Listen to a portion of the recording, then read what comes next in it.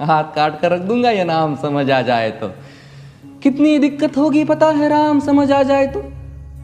भाई राम राम तो कह लोगे पर राम सा दुख भी सहना होगा। पहली चुनौती ये होगी कि मर्यादा में रहना होगा। और मर्यादा में रहना मतलब कुछ खास नहीं कर जाना है, बस त्याग को गले लगाना है और अहंकार जलाना है। अब अपने राम लला के खातिर इतना ना कर पाओगे और शबरी का जूठा खाओगे तो पुरुषोत्तम कहलाओगे। काम क्रोध के भीतर रहकर तुमको शीतल बनना होगा। बुद्ध भी जिसकी इच्छाओं में बैठे वैसा पीपल बनना होगा ये सब कुछ, और वो भी शून्य में रहकर प्यारे। तभी तुमको पता चलेगा कि कितने अद्भुत राम हमारे।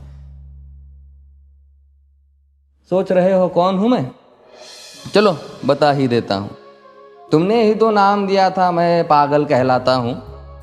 नया नया हूं यहाँ पे तो ना पहले किसी को देखा है। वैसे तो हूं त्रेता से, मुझे कृष्ण किसी ने कलयुग भेजा है। भाई बात वहां तक फैल गई है कि यहाँ कुछ तो मंगल होने को है कि भरत से भारत हुए राज में सुना है राम जी आने को है। बड़े भाग्यशाली हो तुम सब। नहीं, वहां पे सब यही कहते हैं कि हम तो राम राज्य में रहते थे पर इन सब में राम रहते हैं। यानी तुम सब में राम का अंश छुपा है। मतलब वो तुम में आते हैं रहने। सच है या फिर गलत खबर? अगर सच्ची है तो क्या कहने। तो सबको राम पता ही होगा, घर के बड़ों ने बताया होगा। तो बताओ फिर कि क्या है राम। बताओ फिर कि क्या है राम। बताओ। अरे पता है तुमको क्या है राम? या बस हाथ धनुष तरकश में बान, या वन में जिन्होंने किया गुजारा, या फिर कैसे रावण मारा लक्ष्मण जिनको कहते भैया, जिनकी पत्नी सीता मैया। फिर ये तो हो गई वही कहानी, एक था राजा एक थी रानी। क्या सच में तुमको राम पता है? या वो भी आकर हम बताए? बड़े दिनों से हूं यहां पर, सब कुछ देख रहा हूं कब से। प्रभु से मिलने आया था मैं, उन्हें छोड़कर मिला हूं सबसे। एक बात कहूं अगर बुरा ना मानो, नहीं तुम तुरंत ही क्रोधित हो जाते हो। पूरी बात तो सुनते भी नहीं, सीधे घर पर आ जाते हो।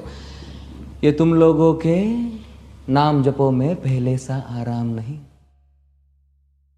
ये तुम लोगों के नाम जपो में पहले सा आराम नहीं। इस जबरदस्ती के जय श्री राम में सब कुछ है, बस राम नहीं। ये राजनीति का दाया बाया जितना मर्जी खेलो तुम। दाया बाया, अरे दाया बाया, ये तुम्हारी वर्तमान प्रादेशिक भाषा में क्या कहते हो उसे? हाँ, वो लेफ्ट एंड राइट। ये राजनीति का दाया बाया जितना मर्जी खेलो तुम चेतावनी को, लेकिन मेरी अपने जहन में डालो तुम। निजी स्वार्थ के खातिर अगर कोई राम नाम को गाता हो तो खबरदार अगर जुर्रत की और मेरे राम को बांटा तो।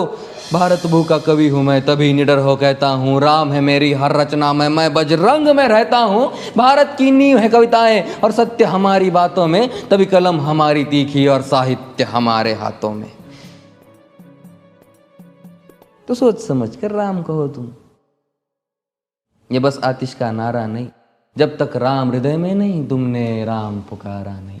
राम कृष्ण की प्रतिभा पर पहले भी खड़े सवाल हुए। ये लंका और ये कुरुक्षेत्र यूं ही नहीं थे लाल हुए। अरे प्रसन्न हंसना भी है और पल पल रोना भी है राम। सब कुछ पाना भी है और सब पाकर खोना भी है राम।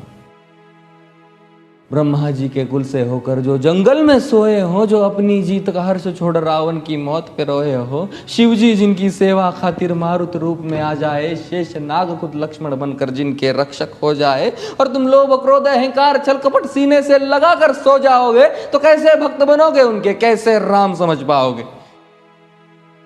अघोर क्या है पता नहीं और शिव जी का वरदान चाहिए। ब्रह्मचर्य का इल्म नहीं, इन्हें भक्त स्वरूप हनुमान चाहिए।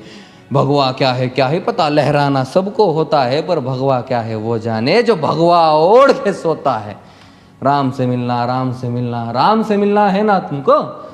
निश्चित मंदिर जाना होगा पर उससे पहले भीतर जा संग अपने राम को लाना होगा। जय सिया राम। और हाँ, अवधपुरी का उत्सव है, कोई कसर नहीं, सब खूब मनाना। मेरे प्रभु है आने वाले, रथ को उनके खूब सजाना। वो द्वापर में कोई राह तके है, मुझे उनको लेने जाना है। चलिए तो फिर मिलते हैं, हमें भी अयोध्या आना है। जय सिया राम। फिर से